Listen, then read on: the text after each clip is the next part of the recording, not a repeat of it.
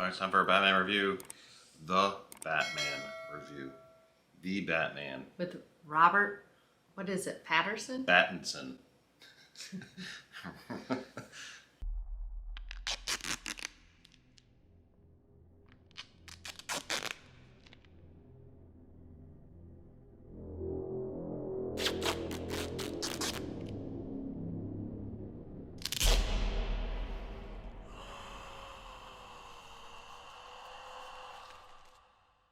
Robert. I liked him in Twilight.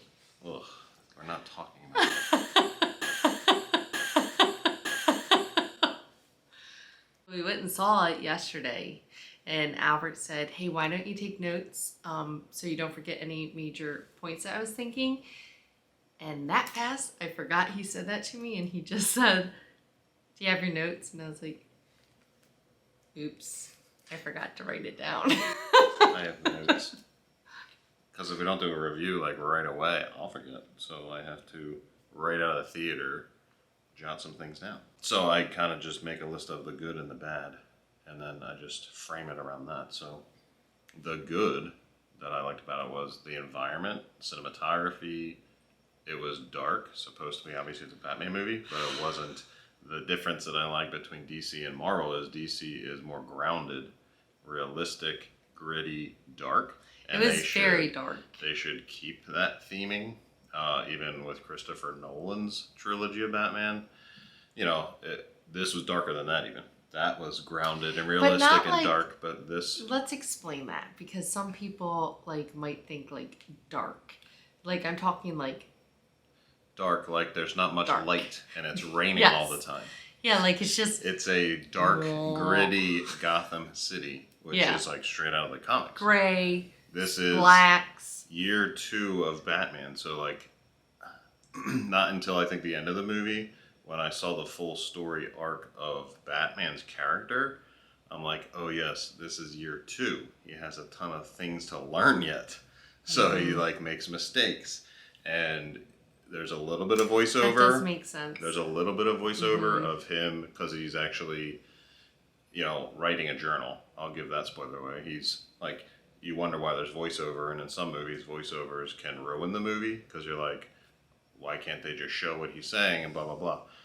There's a little bit of voiceover, which in comic books, there's always things describing what's going on as well as the characters talking. So it's kind of hard to make films seem very comic booky, I guess. But this worked well, and then it shows later that he's writing a journal, and these are his thoughts. So the exposition or the talking during the film is not distracting. It sets the tone and where his frame of mind is, and that helps understand his motivations of doing certain things. I kept forgetting it was year 2 because you've seen all these iterations of Batman films, even with Ben Affleck. He's an older, old Batman. This is starting in year 2. So he's making mistakes and learning and understanding that his motivations may not be the best. He learns a lot through his actions in this movie, towards at the end he says he actually second guesses himself. Yeah. And he says, maybe I should be doing something a little differently. So I liked that arc. Penguin, I thought, was the better character out of all the quote-unquote bad guys, even though it was not as... Really? Yeah, I loved Penguin. But he wasn't seen that much. I know. That's why I wanted to see more of him. I was Riddler surprised. kind of got on my nerves a little bit. I'm well, yeah. Just shut up, dude. You know what I mean? Well, he just would go, and you're And this was he's a serial killer. It's my official review.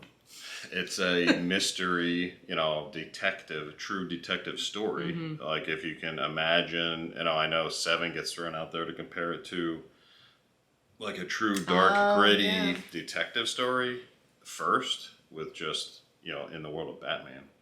So the story is great. The story arc of Batman is great. But nothing really stood out with me for Riddler other than the fact that he's kind of a reflection of the way that Batman handles things and his perception, like people's perceptions of him in year 2, based on how he's acting and being a vigilante, kind of drew the Riddler to him. Mm-hmm. And had, this is like the learning curve that then Batman had, that like he needs to do something differently because Riddler's in a sense kind of like the reaction to what he's doing. And if he wasn't doing it in that way, would the Riddler have even like had the motivation to do what he was doing? So that was very interesting. And that's like a credit to the Riddler, that character. And when Batman was realizing, like when this was all coming together, that like the Riddler was using basically what Batman was doing, like thinking in his head one thing, it like you could see the reaction coming to him, like, wait, what? Yeah. That was good. Riddler, that was a good part. It wasn't as big a reveal as I thought it would be, though. So there is, like, throughout the whole movie, there's, like, this mystery, and they're trying to figure out who's attached to who, the corruption throughout the police force. Like, there's a whole, it just slowly, like onions, like an onion just keeps peeling away and getting bigger and bigger and bigger. And eventually you're just like, where's this leading? So, like, the climax or the big reveal of the mystery, which is what Colleen was just referring to, wasn't like, I don't know, it didn't really... Well, wasn't anything Wasn't this special. whole mind-blowing thing? Yeah, it was just like, you already pieced it together. It was a revelation to Batman in the moment to be like, he didn't even think in the shoes of the Riddler. Mm-hmm. So, and that's like, kind of adds to his learning curve, that like, he's only thinking from one perspective, and he's great at what he's doing, but there's all these other perspectives. What I liked about the Penguin was that he wasn't like technically the Penguin yet. Yes. Like you got to see him pre. Yeah, like he prefers to be called Oz. People refer to him as Penguin when talking about him, but not like to his face. He's just Oz, which is Oswald. His first name's Oswald. In the Batman movies, you see Penguin as Penguin. Yes, and that's one positive thing is I know that it was just announced that there will be a series of just that character on HBO Max they're going to be filming. So I'm assuming it's pre this movie to kind of show how he works in the underworld prior to like coming in contact with Batman. Is there going to be another movie with these characters? Like I would imagine if this because makes like money, how they then set it up at the end with the other character. Yeah, that's supposed to be. Well, yeah, I know that was. I wasn't going to say it. I thought this wasn't a spoiler. I loved, my favorite part of this movie was the relationship between Catwoman and Batman. Like, that's I just loved that they weren't like against each other. Like I feel like all the time in these like DC movies, but they didn't Batman fully movies, trust each other either. Well, because they really didn't know each other, but they learned like to still have. I feel like they had some connection of trust. Obviously, yes. But I really enjoyed seeing that there was like this partnership rather than like everybody was against everybody. But occasionally, and it's almost like I said, the mistakes that Batman makes is he wants to control everything, and he's like, don't, he literally tells her at one point, like, don't make a move without telling me, where she's like a strong, independent person and doesn't want to, she's going to do her own thing no matter what, because she has her own goals that are separate from Batman's in the storyline, and they do work together at times, but she has her own mystery that she's trying to solve. Let's just talk about that for a second. She was great. Yes. Like, phenomenal. Zoe Kravitz. And I asked Albert, I said, who was she? Because I don't know actresses that much. Like, I know, like, Denzel Washington and Sandra Bullock. My favorites. But she is stunningly beautiful. And yeah, I don't know. For some reason, I know she's the daughter of Lenny Kravitz, the rock musician. But I don't know if she started in modeling. For some reason, I think she did. She's gorgeous. Like, when you're watching this movie and she's in a scene, you literally are captivated. Like, yeah, but she's also like, she is Catwoman. Like, the she's costume very good. And like the acrobatics, like the way that it's filmed, credit to the director. Like, even her fight scenes were believable. Yeah, she was really good. Probably my favorite Catwoman. Yeah. I might go there. I mean, this might be the favorite Batman. I did say that right after. Like Christian Bale and Christopher Nolan made an epic trilogy. There was some weak parts. Yeah. But if you compare through and through from beginning to end this storyline and like the acting and everything, I'm trying, I literally in my bad I have one thing that I was like bothered me a little bit. So after the movie, I excellent. said that to Albert. I said, I think this might be my favorite Batman. Yeah, the only other thing I caught me right at the beginning was the horror element.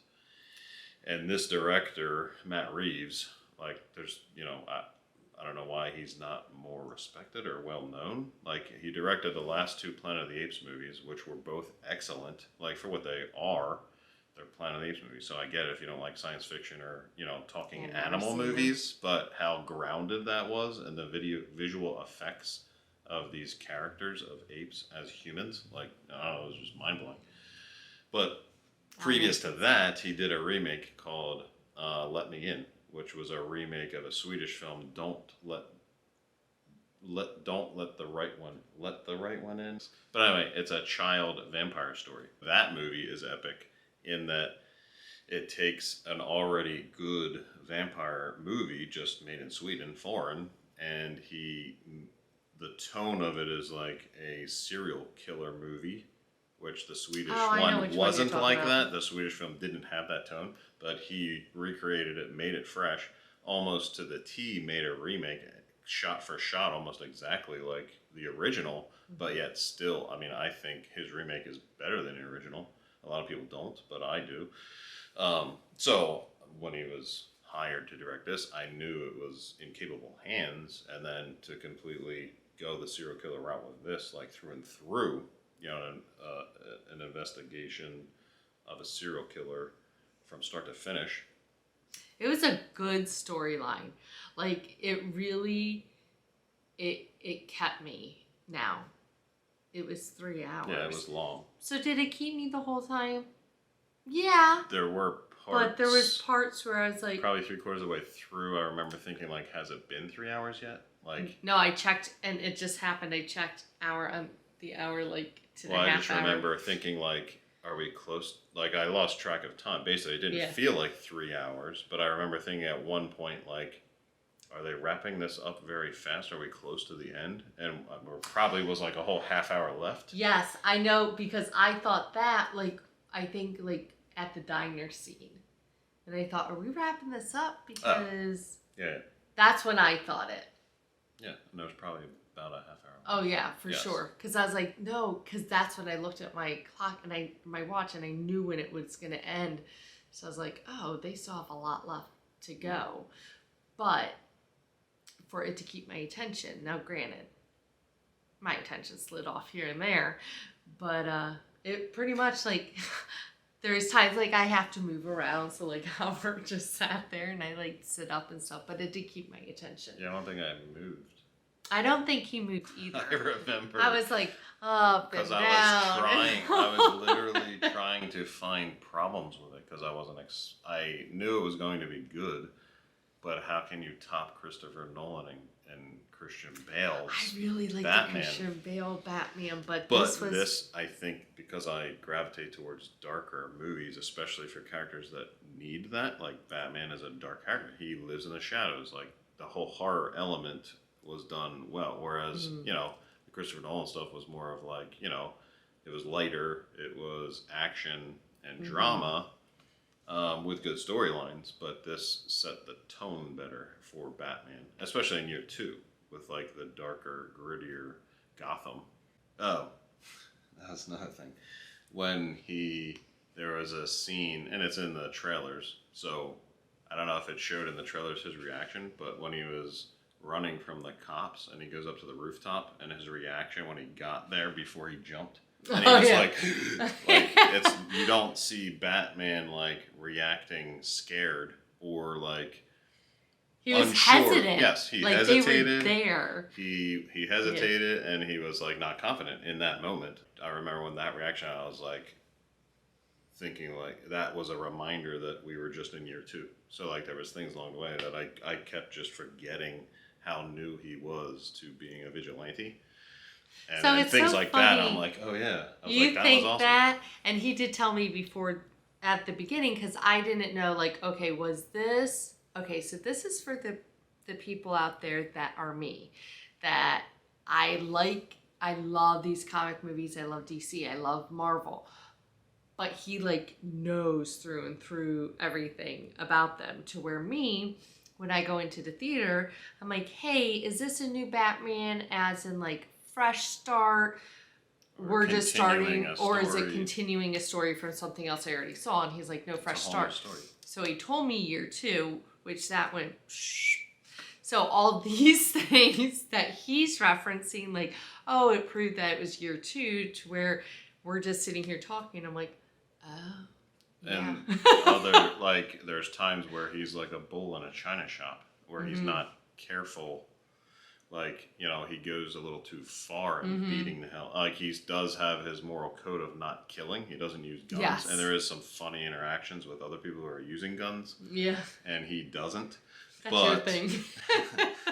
it's like, you know, he still does go too far. There was times where he had to be restrained because he doesn't have that, you know, control. He's still like a broken person acting like a vigilante.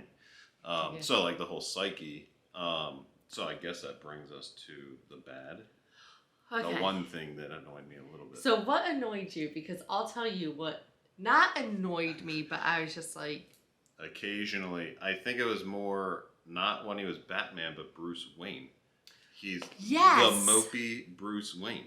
He just like, mopes. To a T, to where, like, even the hair... Yes, hair in his face. Was in front of his face. I get the style of, like, emo style. He even, like, just... Yes. Like, he would walk around, and even his head would be down with the hair in front of his face, and he wouldn't even look up, and I'm like, okay... Listen, we have got to smile at least once or twice in this movie, like, as Bruce Wayne. Like, I didn't see him smile one time in this movie, and I was like, okay. Even when he's interacting, and, like, I thought, like, by the end, Catwoman would bring something like that out of him. Something. A connection. Yes. But he, like, even interacting with her, no smiles. Nothing. You could tell she was getting through that shell, but... it never got to, like, I don't know, maybe it could have just ended with him smiling to, like, show he's not so dang mopey. Like, the more and more I thought about it afterwards, because like I said, I told Albert, I think that might be my favorite Batman, but then I was like, but damn, could he have just smiled once throughout? There were some scenes with him as Bruce Wayne where I'm thinking, okay, let's get back to Batman. Because, like, as Batman, obviously he's not going to be smiling and like blah, blah, blah. So I'm like, let's just keep him as Batman if we're going to go this route. When it really irritated me, there was this one scene with Alfred and Bruce Wayne at the breakfast table offering the berries and stuff. And it was just like so wah. Cold. He's cold. And I was just like, okay, it's Alfred. Like, cut the guy a damn break. Like, he's raised you.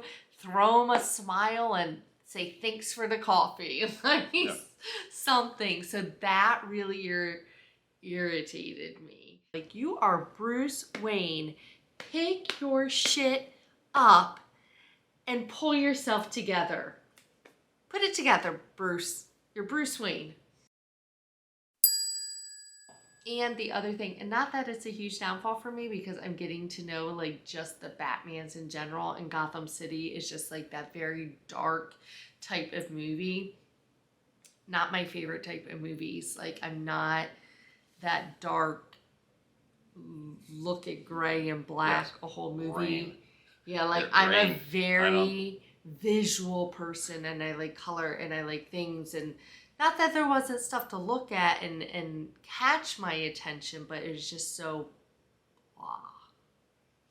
But it's not like it's a negative for Batman because that's just the Batman movies. That's just like Gotham City. You know what I wish for Batman? I wish Batman would just find love. Like, he just needs love in his life. It's a distraction. He's married to correcting Gotham City. I was really rooting for the bat and the cat. I liked that they played with that a little more than other Batman characters. Because I was like, finally, Batman is going to find love. And then, no, you didn't. So are they going to make another one? It's always about money. If this movie makes money, I know, I just asked they will make another one. It's always about money. But do you think it'll be the same characters and everything? Like a trilogy or something? I'm sure. All of them. I'm rooting for a trilogy on this Batman. So go see it. Yes. What's next? What's the next movie? I don't know what's coming out. You know all that. I just go with you. Like, what's happening? Ambulance with Jake Gyllenhaal.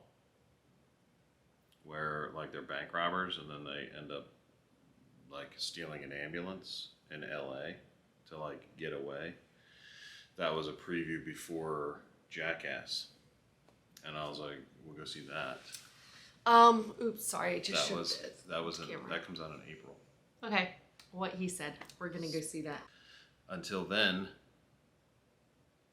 go see Batman. Last tag.